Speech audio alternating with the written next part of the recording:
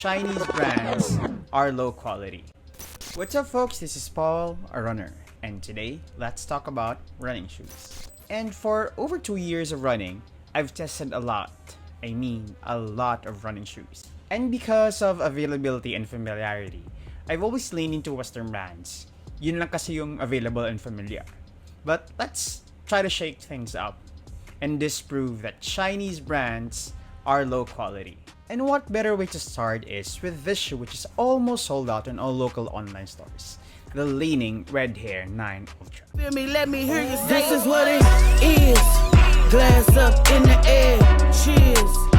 It's only one life to live, so I'ma live it how I wanna live.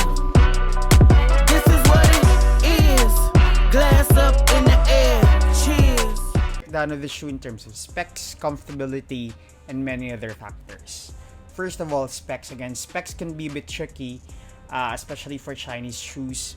But what we can find in the internet is actually a 46mm at the back, and it actually has an 8mm drop, so that makes it around mga 38 siguro sa 4 foot.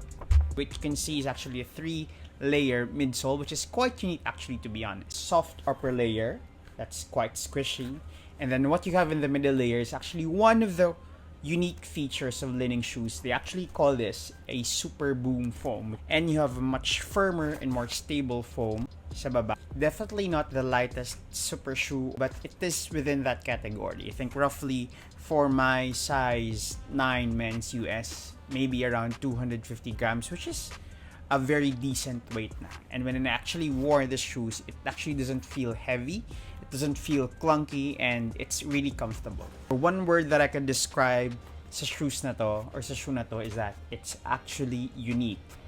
Of all the running shoes na tinakbo ko in the past, this actually gave me the most unique sensation. I don't know why. Probably it's because it has 3 different layers of foam. It's not too soft, it's not too squishy, but it has that bounce. Unique design and unique sensation. Iba siya. It really is different. Durability wise, I still can't say it because I've only ran twice in the shoe. So probably after 50 kilometers or 100 kilometers, I'll update you. And the only negative thing about the shoe is that it's really hard to get one. You can look into online stores that are in the Philippines, and medyo mahirap talaga siyang hanapin. I know they will restock anytime soon, probably in the next month. So if you get a chance to get the shoe, do so. So first dibs sa Chinese running shoes, and probably the most fun running shoe of all time, we'll know in the future. But until the next shoe review,